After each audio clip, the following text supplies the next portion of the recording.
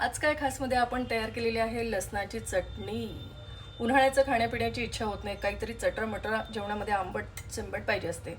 तर म्हणून मी तुम्हाला रोज नवीन नवीन चटण्या सांगणार आहे. 2 मोठे मोठे मस्त अद्रक घेऊन त्याला बारीक बारीक बारीक चिरून घेतलेलं आहे. आता त्याला छान ठेचून घ्यायचं. ठेचलेले अद्रक लसूण याची वेगळी चव येते, मिक्सरमधून काढू नका. ठेचलेल्याचंच आपण चटणी बनवू. लसणाचे 5-6 मोठे गाठे घेतलेले आहे आणि 10-12 मिरच्या घेतलेल्या आहे, कारण आपण तिखट घालणार आहे म्हणून मिरच्या 10-12च घेतलेल्या आहे. छान यालाही ठेचून घ्यायचं आणि आता तेल तापवायला ठेवू. याच्यामध्ये जिरं मोहरी घालायची. मिरच्या अशा थोड्या लालसर होऊ देऊ आपण आणि आता याच्यामध्ये घालू अद्रक. यालाही छान परतवून घेऊ.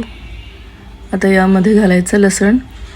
ठेचलेलं लसण घातलेलं आहे. याचं लोणचं खूप छान लागते. हा एका आंब्याचा गर आहे, शिजवून घेतलेला आहे छान. मीठ घालायचं म्हणजे बुडी लागत नाही. हळद, धणेपूड आणि तिखट. तुम्हाला झणझण पाहिजे असेल तर तिखट तुम्ही जास्तही घालू शकता. काश्मीरी तिखट घातलं की छान लाल दिसतं. हिंग घातलं मी आणि 2 लिंबाचा रस. आंब्याचा गर असल्यामुळे नाही तर 4ही लिंबाचा रस घालू शकतो, म्हणजे त्याने टिकते छान. तेल भरपूर घालायचं यात. झाली आपली चटणी तयार. तर आपली चटणी तयार आहे, तुम्ही नक्की करून बघा. वाव. आणि काय हो, माझी सासू अशी माझी सासू तशी असं सारखं करत असता. कुठली सासू ही वाईट नसते. तिला ज्या गोष्टी आवडत नाही त्या गोष्टी करायच्या नाही. तिला तुम्ही झाडलेलं आवडत नाही झाडायचं, झाडू द्यायचं तिला, नाही का. तुम्ही धुतलेले कपडे नाही आवडत तिला, मग तिचे कपडे असे बाजूला काढून ठेवायचे आणि आपले सगळ्यांचे कपडे धुवून घ्यायचे. तुमच्या हातची भाजी तिला आवडत नाही, ह्या भाजीत असंच ह्या भाजीत तसंच, तुला भाजीच नाही जमत, काहीच हरकत नाही. तिच्यासाठी भाजी नाही करायची, आपली मस्त भाजी बनवायची. त्या बनवतील त्यांची प्रत्येक गोष्ट ऐकायची. त्यांना जे आवडत नाही ते तुम्ही करायचं नाही.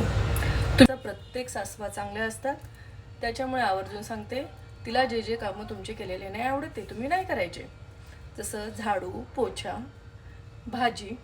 प्रत्येक भाजीमध्ये बिचारी काही ना काही नुक्स काढते. नाही आवडत तिला तर नाही आवडत, करू द्या ना तिला तिच्या हातची भाजी, आहे की नाही. तर मग ह्या माझ्या छोट्या छोट्या टिप्स मी तुम्हाला रोज थोड्या थोड्या सांगणार आहे आणि तुम्ही पण अशी झणझणीत चटण्या बनवा.